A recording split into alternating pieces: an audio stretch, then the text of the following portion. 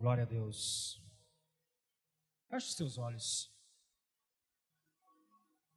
Maravilhoso Deus, Pai Santo, amado e querido, meu e nosso Senhor Jesus, nosso Salvador, Espírito Santo de Deus, pedimos a Ti a Tua graça, a Tua misericórdia, sobre cada vida que pôde estar aqui presente hoje, Senhor, para reverenciar a Tua palavra, a Tua presença, em nome do Senhor Jesus, Pai, que tudo venha sair de acordo com o que o Senhor planejou, que o Senhor venha tomar desde o menor ao maior, que cada um aqui saia com a sua porção dessa noite, que todo plano maligno, todo levante de Satanás, para que esta pessoa, para que este homem, para que esta mulher não se alimente nessa noite, não se revigore na sua presença, não creia em sabedoria, todo levante contrário, desde já caia por terra agora, Pai. Eu quero desde já, em nome do Senhor Jesus, repreender toda ação do diabo, toda ação do maligno, tudo que possa estar atrapalhando, Senhor, a Tua igreja crescer essa noite, cai por terra agora, em nome do Senhor Jesus. Pode abrir os seus olhos em nome de Jesus. Agradeço mais uma oportunidade que o Senhor me concede.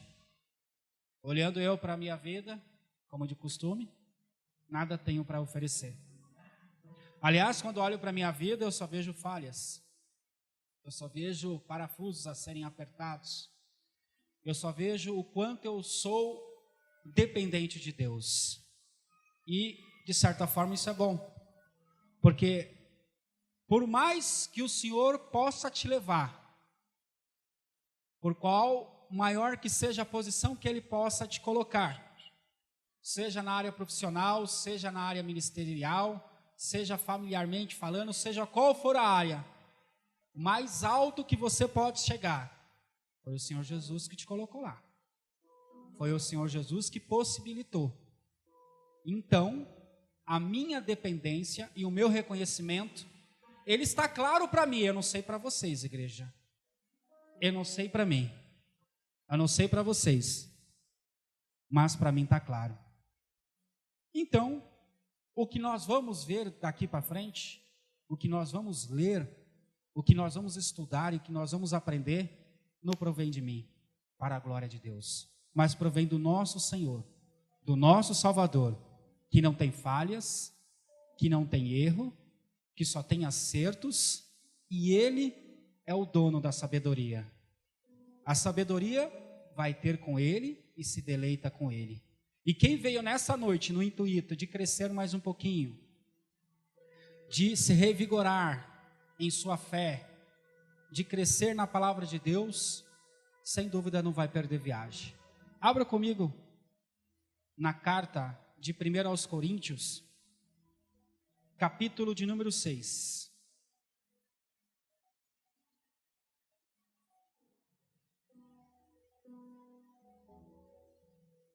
Glória a Deus. Todos encontraram? Aleluias. Está escrito assim, em 1 Coríntios, capítulo de número 6, versículo de número 12. Todas as coisas me são lícitas, mas nem todas as coisas convêm. Todas as coisas me são lícitas, mas eu não me deixarei dominar por nenhuma delas. Glória a Deus. Pode se assentar mais uma vez. Glória a Deus. Como de costume, eu prometo que vou ser rápido, porém objetivo. E por esse motivo, se você não estiver ligado, se você não esquecer dos seus problemas, se você não esquecer dos seus afazeres, se você não esquecer do seu patrão que está lhe oprimindo, se você não esquecer da sua dívida por um momento, para que a palavra de Deus ela possa fluir suavemente ao seu coração, passear no seu coração, passear na sua mente, e assim faça a vontade de Deus e o propósito de Deus se cumpra. Se você não se desligar por esse momento, vai ficar difícil. Então peço a sua atenção em nome do Senhor Jesus. Nem para a direita e nem para a esquerda. É aqui comigo, em nome do Senhor Jesus, amém? Essa palavra, ela me fez refletir a respeito de liberdade e de escravidão. E eu comecei a refletir, comecei a refletir, comecei a pensar, e comecei a pensar nos sistemas, nos acontecimentos, nos grandes acontecimentos históricos da humanidade. Aí depois comecei a espiritualizar, fui lá para Gênesis, fui para Apocalipse, comecei a analisar todos os acontecimentos. E cheguei a esse tema: liberdade ou escravidão? Repita comigo: liberdade ou escravidão? Então, eu fui buscar aonde eu sempre busco: no pai dos burros. Fui buscar no dicionário, fui buscar aonde eu poderia esclarecer o que representa do ponto de vista espiritual, no ponto de vista filosófico e no ponto de vista político.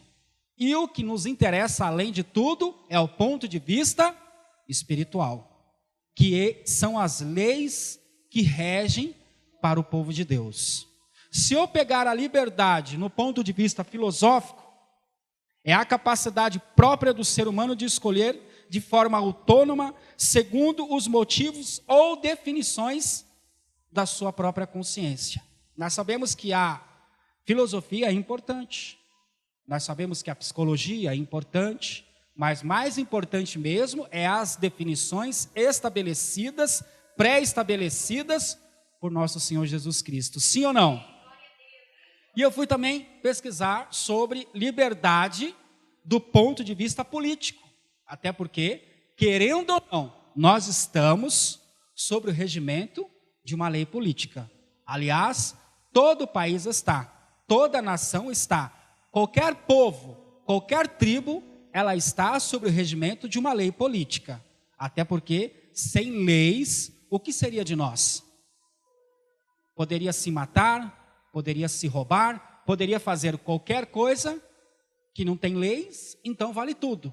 Aí voltamos ao tempo do faroeste, né? Quem já viu aqueles filmes do faroeste, que tudo podia e que eles mesmos faziam as suas leis na hora, e ali sacava-se a arma e resolvia ali na base da peixeira, da faca, do tiro. Não, nós não somos uma sociedade assim, nós evoluímos, né? Aos trancos e barrancos, as leis que regem e que garante o bom funcionamento das coisas. No ponto de vista político, liberdade é a condição da autodeterminação de um povo ou de uma nação, um estado ou país que não está dependente de um estrangeiro. Então, é um país livre, é um país que está sobre suas leis, suas normas, não depende de outro país. Será que nós estamos nessa condição? Vamos pensar o Brasil um pouquinho. Será que o Brasil, ele verdadeiramente, ele tem liberdade? Será que o país vive? Eu acredito que não. Será que no ponto filosófico nós verdadeiramente somos livres? Cabe você essa análise. Mas nós, como país, Brasil, sabemos que nós estamos na submissão de 3 países que dominam a maior força armada do mundo, certo? Estados Unidos, Rússia e China, se eu não me engano, não é isso? Esses 3 aí tocam a música que o resto do mundo tem que dançar. E aí de nós, se não concordar. Então, por isso existe uma diplomacia.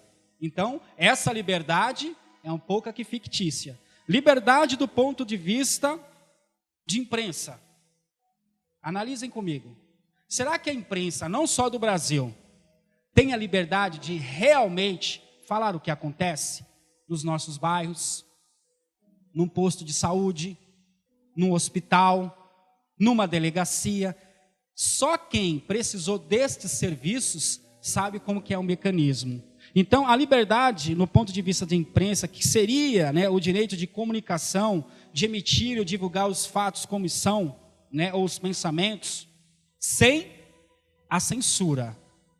Sem a censura. Isso não acontece. Nós sabemos que essa falsa liberdade da imprensa, nós sabemos que a imprensa, ela é manipulada pelo governo, nós sabemos que a imprensa, ela está sujeita ao que o governo estabelece, então de liberdade a imprensa não tem nada. Quem gosta de estudar e estudou um pouquinho a respeito de opressão, do que o Brasil sofreu e ainda sofre, sabe do que eu estou falando. Então, liberdade de imprensa zero. Amém? E para concluir, o que seria uma liberdade sob o ponto de vista da nossa própria consciência? É um direito do próprio cidadão de ter as opiniões religiosas e políticas que julgarem ser verdadeiras ou corretas. De todas que nós falamos aqui, essa é o que nos interessa. É a nossa liberdade de escolha. Quem pode dar um glória a Deus porque nasceu do Brasil? Porque hoje eu posso ter essa liberdade de escolher. Se eu achar que Cristo é o caminho, a verdade e a vida, então eu vou ser cristão. A nossa Constituição permite isso. Tem ali umas perseguições, tem ali os enviados de Satanás querendo fechar a igreja, tem ali as artimanhas do diabo ali nas leis, nos congressos, tentando de alguma forma destruir os nossos valores, os nossos princípios, mas eu escolho. Se eu escolho que é a Ubanda, eu vou lá servir a Ubanda. Se eu achar que é o Seixenoê, se eu achar que é o Banda, seja qual for a religião, eu tenho a liberdade de seguir aquilo que eu acredito. Então, de todas que nós vimos, de todas que nós estudamos aqui, fizemos essa prévia, a que realmente nós temos é escolha. Ninguém vai colocar uma arma na sua cabeça, uma espada no seu coração e falar, olha, se você não aceitar Jesus, eu vou te matar agora. Isso é só o contrário, né? Nega Jesus, senão eu te mato. Mas forçar você a aceitar Jesus, a seguir Jesus, isso não. É mais fácil o que a palavra do Senhor nos ensina. Quantos foram aquelas pessoas que foram postas a fé em evidência? Vamos ver se é mesmo cristão. Nega Jesus, senão eu vou cortar sua cabeça. Quantos foram decapitados? Nega Jesus, senão eu vou queimar você vivo. Quantos foram torturados? Quantos foram queimados? Quantos foram decapitados? Então, por isso que a gente precisa glorificar a Deus pela oportunidade que nós temos em nascer num país que eu posso falar, eu aceito, eu creio e sirvo o meu Senhor Jesus. Quantos são as nações, quantos são os países que você já nasce escravo? Já nasce adorando um ditador, como no caso da Coreia do Norte. Como no caso de outros países, que se você se declarar cristão, ali você mesmo já perde a sua vida. Segundo, eu queria falar sobre escravidão. Já entendemos bem que nós somos livres, ainda que o governo, ainda que o sistema nos escravize por impostos, por isso e por aquilo, nós somos livres em Cristo Jesus. A escravidão é um estado, uma condição de escravo, de servidão, de sujeição e de cativeiro. Essa é o X da questão da ministração de hoje. Porque ou nós somos libertos ou nós somos escravos. Tendo feito essas considerações, eu digo para você, igreja, você é liberto ou é você escravo? Você é liberto ou você ainda continua escravo? Vamos entender em nome do Senhor Jesus. Porque a escravidão que me preocupa e a escravidão que o Senhor Jesus colocou no meu coração para falar essa noite, não é aquela escravidão que outra hora o povo de Deus estava no deserto. Não é uma escravidão que o governo nos coloca sob a condição de impostos. Trabalhamos até 6 meses para pagar as contas do governo e a roubalheira do governo. Uma certa escravidão. Isso, como nós vimos aqui no começo, nós estamos sujeitos. Nós temos que estar sujeitos, até para a manutenção de tudo. Essa escravidão, ela não me preocupa. A escravidão que me preocupa é espiritual. Quem está me entendendo, dá um glória a Deus. Porque agora a gente começa a entender o plano espiritual. Tem um plano físico, tem um plano que rege o mundo, mas o que mais nos interessa é o plano espiritual. E aí eu fui estudar um pouquinho mais o que a respeito, o que a palavra diz sobre servidão, a respeito de servidão. É o estado do servo, ele é privado, ele tem uma certa dependência, por exemplo, de encargos impostos. Ou seja, é a sujeição, ele se sujeita, ele depende daquilo, é um jugo, é uma opressão. E o cativeiro, que é uma prisão de servidão. Resumo, o que nós somos? Livres ou escravizados? É certo que nós estamos debaixo de lei, sim ou não, igreja? Nós até podemos estar debaixo de alguma lei, mas nós somos livres em Cristo Jesus. Guarde isso, igreja. Porque o Senhor Jesus, ele começa a se manifestar através do Pai, através do Filho, através do Espírito Santo, desde o começo, de que há homem na terra. Ali quando o Senhor começa a fazer o plano dele, quando ele começa a fazer a criação, quando o Senhor começa, o diabo, ele já começa a mexer os pauzinhos. O diabo já estava lá, com toda inveja, com toda arrogância, e eu não posso deixar isso prosperar. Quem veio nos estudos sabe do que eu estou falando. Quem não veio nos estudos, vai ficar boiando. Mas antes mesmo de Deus ali formar o homem, antes mesmo de Deus ali desenhando no projeto, o diabo, opa, eu tenho que fazer uma forma disso não dar certo. Aí quando Deus começa a operar o primeiro dia, o segundo dia, terceiro dia, e Deus faz o homem tudo preparado, o diabo já estava ali fazendo o que nós chamamos o comércio dele. Eu tenho que fazer uma forma que isso, ele não pode prosperar. Eu tenho que escravizar, eu tenho que mentir, eu tenho que roubar, eu tenho que matar, eu tenho que destruir. Porque essa é a palavra que o Senhor nos ensina. O diabo veio, senão para matar, para roubar e para destruir. E quando o homem está ali em comunhão com Deus, em harmonia com Deus, comendo do bom e do melhor, usufruindo do bom e do melhor, o diabo vai lá e tenta a sua primeira ação: cativeiro e escravidão, opressão moral, o domínio do pecado sobre o homem. Ele vai lá, dá um passa-moleque, dá um chapéu, dá um balão na Eva, engana. Já estamos entrando aqui na questão espiritual. Eva vai lá e dá para o seu esposo. A primeira opressão. Porque é isso que o diabo quer. Colocar você numa opressão moral. Quem está me entendendo, dá um glória a Deus.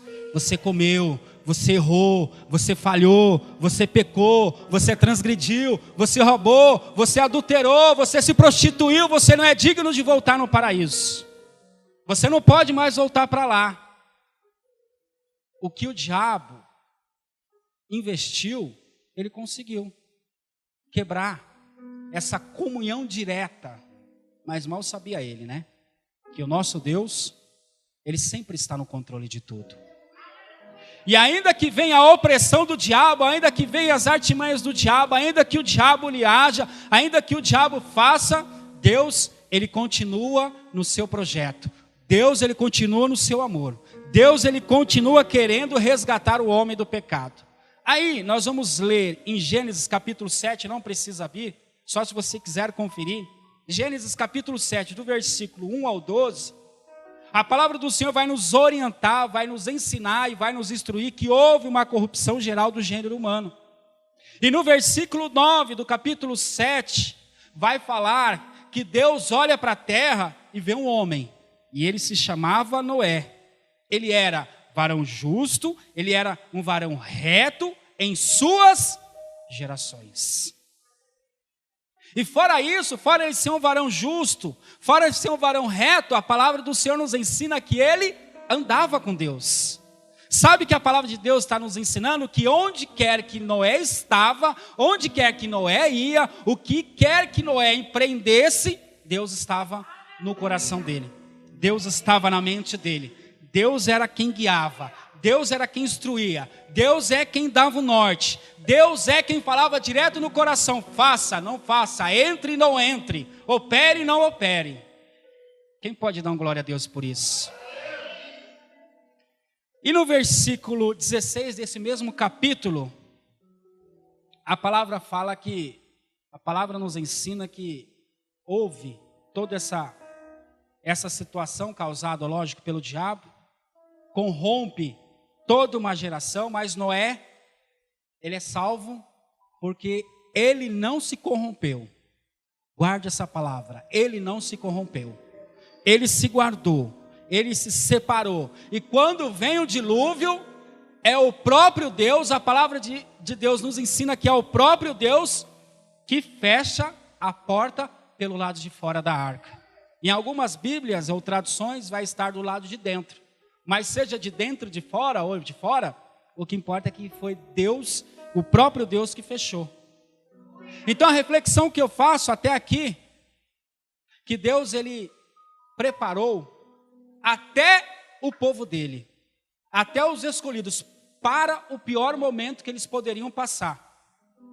Ele dá a condição, ele fornece a estratégia, Noé vai atrás das ferramentas, faz tudo que o Senhor ordenou, a arca está pronta, agora vem a adversidade. O Senhor vai lá, fecha a porta pelo lado de dentro, pelo lado de fora, e o chicote estrala. Uma nação toda dizimada. Por quê? Não ouviu a palavra de Deus. A reflexão que eu posso, que nós já fizemos, é que a arca, ela representou vida. A arca representou salvação para aqueles que creram. Para aqueles que creram, o Senhor Jesus está adentrando aos corações. Está adentrando, está proporcionando o que? Salvação. Está proporcionando continuidade do plano de Deus. Porque Noé e a sua família representou a continuidade do plano de Deus, do projeto de Deus, a salvação de Deus. E quando você aceita o nosso Senhor Jesus, quando você aceita o trabalhar de Deus, quando você aceita o Espírito Santo de Deus na sua vida, é isso que acontece. É uma ilustração maravilhosa, a arca de Deus, a arca que Deus preparou para salvar, comparado, ilustrado ao nosso coração. Que quando Jesus entra, o Espírito Santo verdadeiramente habita, ele fecha as portas. E só deixa entrar aquilo que provém. E só deixa entrar aquilo que agrada. A reflexão que eu faço é simplesmente essa. A arca representou vida. O seu coração representa a vida. Noé representou vida. A sua vida, representa continuidade, representa salvação. E se Deus não fechasse a porta, se Deus não cuidasse de fechar a porta, imagine o cenário. Aquela montoeira de águas. Quantos animais estavam mortos ali? Quantas pessoas estavam mortas? Qual foi o período que se passou? E aquelas pessoas boiando, decomposição, podridão. Olha, aquela água, ela não poderia entrar na arca, porque senão mataria, contaminaria, doenças seriam, né? Então, olha o cuidado do Senhor Jesus. A mesma coisa é o nosso coração. Quando nós verdadeiramente deixamos Deus tomar conta do nosso coração, Ele que fecha por dentro e por fora. Nenhuma água ou povos, que nós sabemos que a água representa povos, ele tem o poder de entrar e nos contaminar. E nos causar doença espiritual, e nos causar morte espiritual, e nos causar aquilo que nos afasta de Deus. Não pode causar destruição, não pode causar morte, não pode causar o odor, não pode causar a peste, não pode causar a doença, porque é o Senhor Jesus quem cuida da entrada e da saída do nosso coração. A palavra do Senhor ainda vai nos ensinar que depois de tão pouco tempo, Gênesis capítulo 18, quem quiser acompanhar, do 18, versículo 17 ao 22,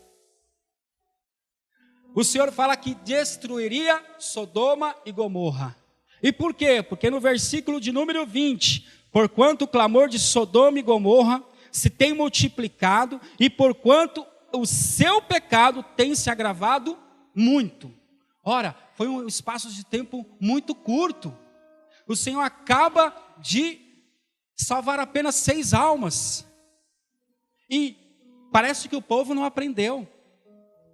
Mas tinha um homem que confiou em Deus. O nome dele é Abraão. Ele foi chamado por Deus. Sabemos a linda história de Abraão. E o Senhor falou que ele seria filho de nações. E achou graça diante de Deus. E era homem justo, era homem separado.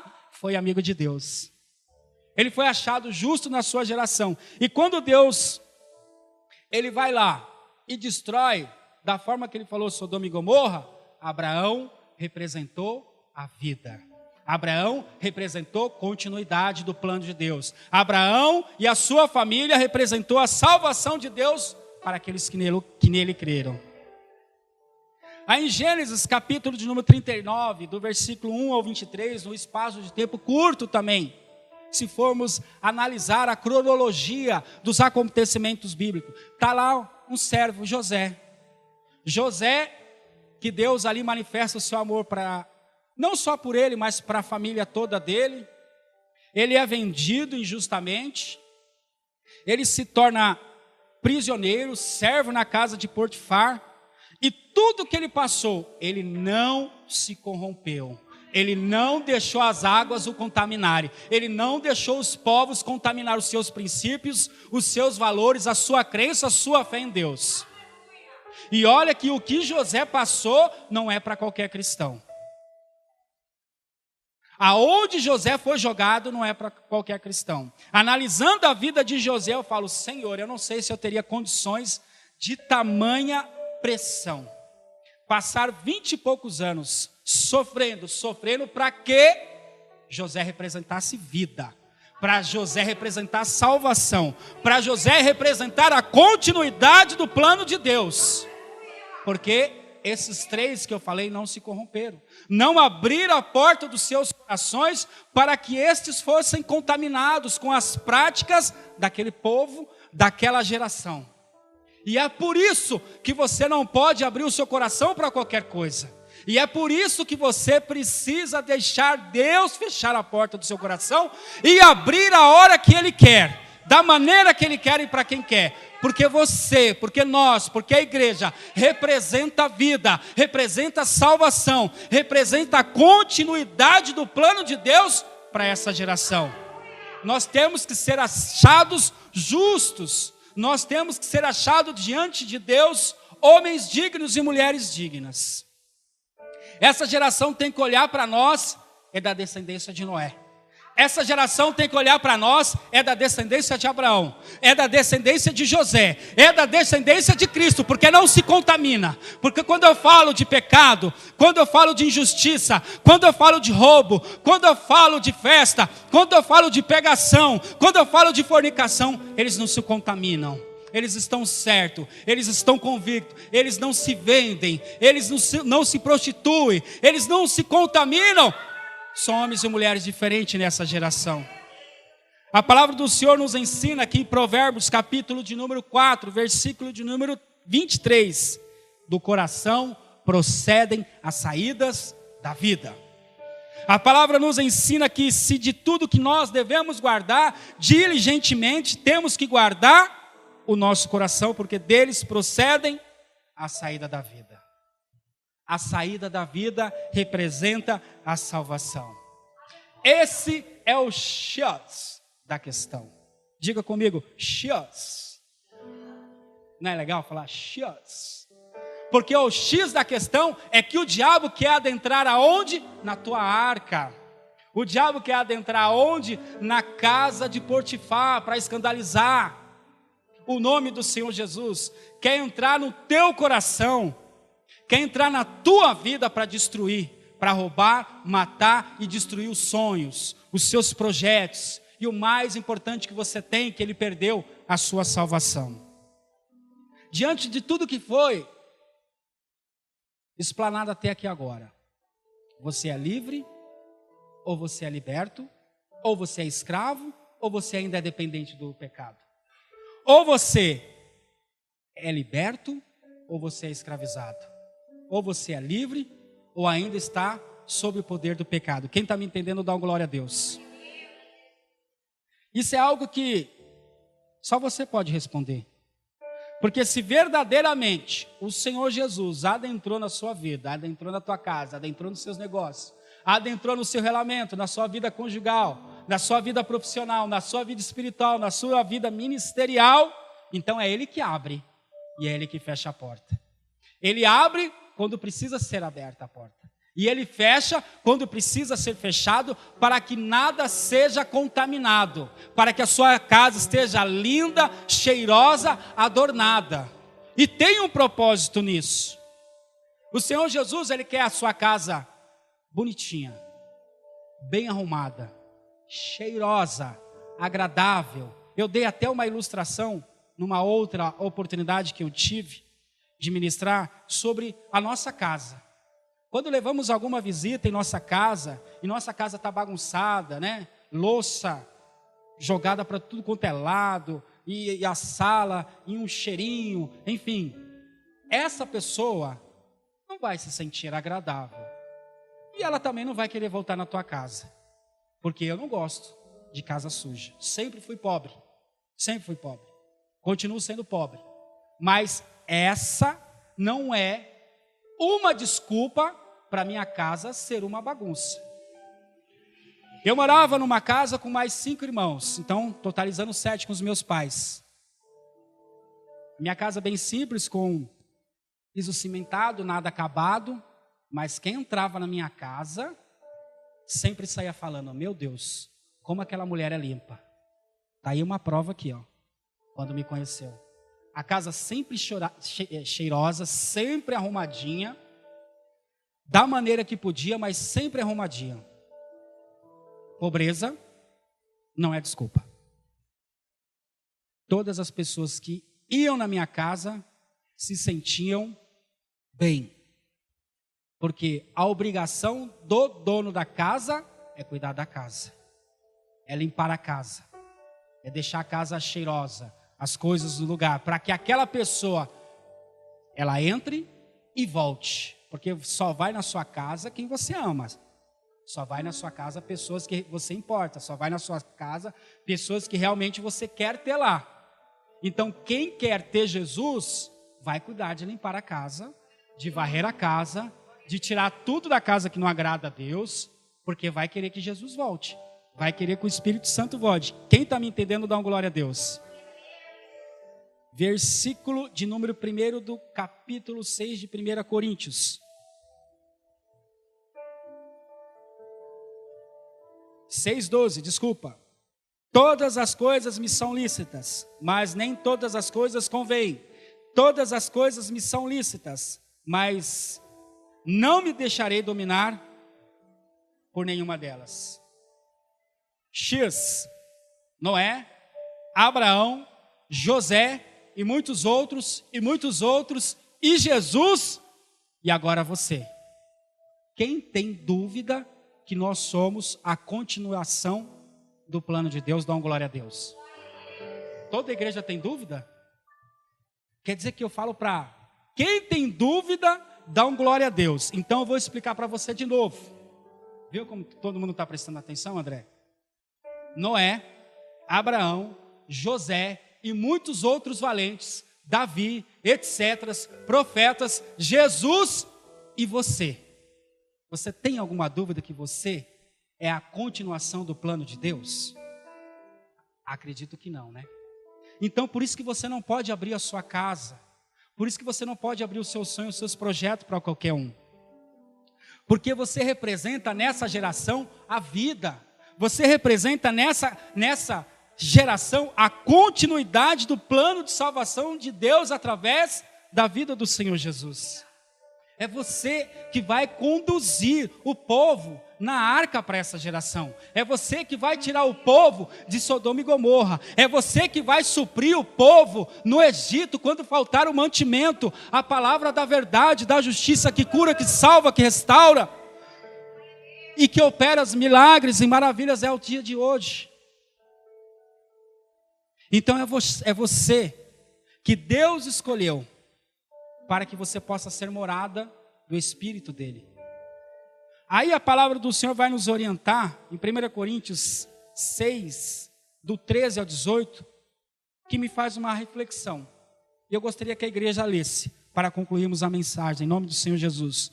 Versículo 13 ao 18, está escrito assim: os manjares são para o ventre, e o ventre para os manjares. Deus, porém, aniquilará tanto um como o outro. Mas o corpo não é para a prostituição, senão para o Senhor, e o Senhor para o corpo? Ora, Deus, que também ressuscitou o Senhor, nos ressuscitará e pelo seu poder. Não sabeis vós que os vossos corpos são membros de Cristo? Tomarei, pois, os membros de Cristo e faloei os membros de uma meretriz? Não, por certo. Ou não sabeis que o que se ajunta com uma meretriz, faça um corpo com ela? Porque serão, disse, dois numa só carne. Mas o que se ajunta com o Senhor é um mesmo espírito. Fugir da prostituição. Todo pecado que o homem comete é fora do corpo, mas o que se prostitui peca contra a sua própria alma, contra o seu próprio corpo. Só até aí, amém? Nós sabemos que tem a prostituição, a palavra vai nos orientar a respeito da vida conjugal, homem e mulher. E aqui o apóstolo fala, olha, todo pecado que o homem comete é fora do corpo, com exceção desse.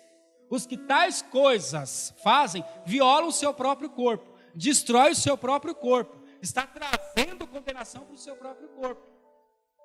É um pecado que temos que estar atentos, sim, temos que nos preocupar, sim. E o mais grave desse é o espiritual. Quando eu estou na presença de Deus e tenho a sensação e chego numa conclusão que, poxa, eu quero as coisas para ontem. Pô, faz tempo que eu estou orando, faz tempo que eu estou jejuando e as coisas não se resolvem. E Deus não traz a resposta. E Deus não trouxe aquilo que eu coloquei como propósito. E vai fazer, sabe o quê? Queimar incensos a deuses estranhos, como fez Salomão. Depois de tudo que o Senhor operou, depois de tudo que o Senhor fez, vai lá, dá um pulinho na Ubanda, dá um pulinho na Kibanda, dá um pulinho lá no Candomblé, dá um pulinho lá no Sushei Noei, dá um pulinho não sei aonde, vai procurar Buda, vai procurar o Espiritismo, vai consultar mortos, vai fazer tudo aquilo que o Senhor reprova. Tudo o que abomina a Deus. Quem está me entendendo, dá uma glória a Deus. Esses dois tipos de prostituição tem que estar longe. A palavra do Senhor nos ensina que foge dessas coisas, corre, passa de largo. A palavra do Senhor nos ensina que esse tipo de atitude, esse tipo de prática escraviza. Por isso que eu perguntei no começo, somos libertos, somos livres ou ainda somos escravos? Quem tem que responder é você, analisando a sua própria vida, analisando a sua própria conduta. Porque se realmente o Senhor está ali como guarda da tua casa, como guarda do teu coração, você não vai deixar se dominar por nenhuma dessas coisas. É o que está escrito aqui em 1 Coríntios capítulo 6, versículo 1. Não me deixarei dominar por nenhuma dessas coisas. É o Senhor Jesus que permite quem entra e quem sai da minha casa. É o Senhor Jesus que dá o veredito.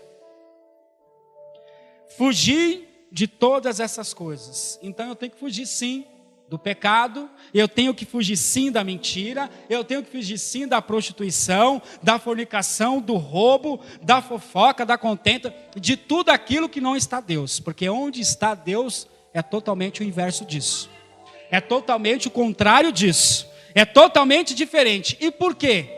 Agora você conclui se você realmente é liberto ou se você ainda está sob o efeito da escravidão, do pecado. Versículo de número 19, está escrito: ou não sabeis vós que nosso corpo é templo do Espírito Santo, que habita em vós, proveniente de Deus, e que não sois de vós mesmos? Ou seja, somos livres ou somos escravos? Se eu sou livre, eu tenho o Espírito Santo de Deus.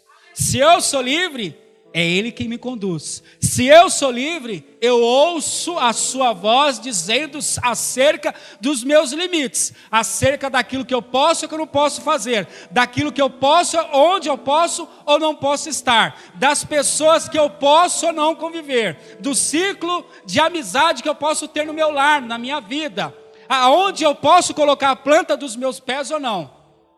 Quem está me entendendo, dá um glória a Deus. Sois livres ou ainda escravizados?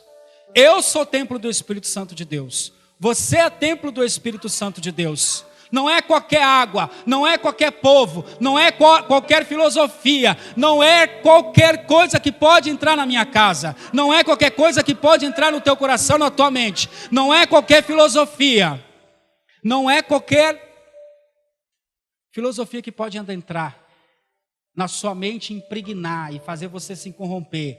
Mas agora tem um movimento aí que diz isso, que diz aquilo. Ei, o movimento de Cristo continua o mesmo. O movimento de Cristo é o mesmo. O objetivo de Cristo não mudou. É a redenção, é a salvação, é morar no céu toda a eternidade com Deus. Porque agora tem um movimento que diz que agora eu posso, que eu tenho um direito, que eu sou livre, e eu posso escolher o que sou, o que os meus filhos vão ser. Os planos de Deus estão aqui, inalterados.